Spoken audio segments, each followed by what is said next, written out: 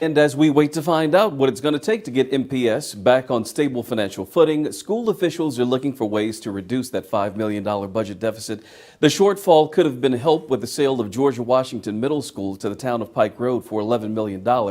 But the board decided against it following public outcry and a feasibility study on the potential impact to students. So it got us to thinking, does the district have other property that could be sold and used to help alleviate its budget woes? Here's what I found in my Alabama News Network I-Team Extra, Building the Future of MPS. As MPS leaders work to get its financial house in order in the midst of the state intervention, every option is on the table, including job cuts.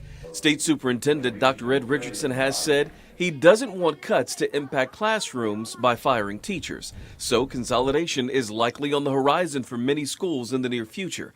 Richardson says the district will also consider selling empty school buildings or vacant lots to help offset the district's budget deficit. If you lose 700 students a year, you can't justify it. It costs you to keep those schools up, so that's one way you can get some money. Right now, the district has 10 surplus properties, 5 lots that are just land, and 5 others with buildings on them, including Lamp's former home, the Houston Hill campus in downtown Montgomery, and the McIntyre campus in West Montgomery. Donald Dotson is Executive Director of Operations for MPS. If you go back and look at the board minutes, ever since 2012, I guess, we've been looking for processes to divest ourselves of these properties, either to repurpose or sell or whatever the case may be. But even if the district were to unload all of its current surplus properties tomorrow, they still wouldn't generate the kind of money needed to wipe out the district's budget shortfall. You're looking at roughly, just these buildings, roughly well over $1 million. Nothing that would correspond with the George Washington sale, as well as, if you think back, the head sale when we sold head school was $1.5 million. The old head location generated so much money because of the #1 rule in real estate: location, location, location. It was torn down and then transformed into what's become a very popular shopping center at the corner of Perry Hill and Atlanta Highway. Based on appraisals, the locations of the district's current surplus properties aren't as prime as the old head location.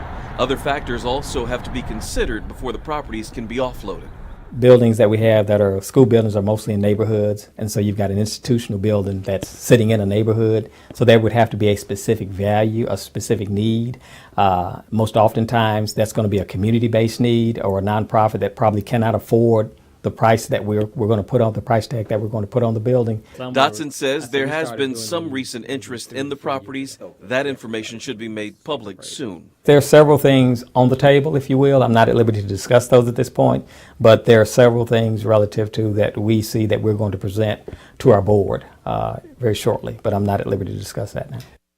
And Dotson tells me that the Houston Hill and McIntyre campuses will most likely be repurposed instead of sold because the buildings are in good shape. He says in the last 6 months, the district has spent about $30,000 in utility costs on those properties with empty buildings on them. So as you saw, if the district sold the buildings right now, the money wouldn't erase the deficit, but it would help a little. Again, tomorrow, MPS officials will receive state recommendations on how to cut its budget to get the district's finances in the black and in compliance with state law.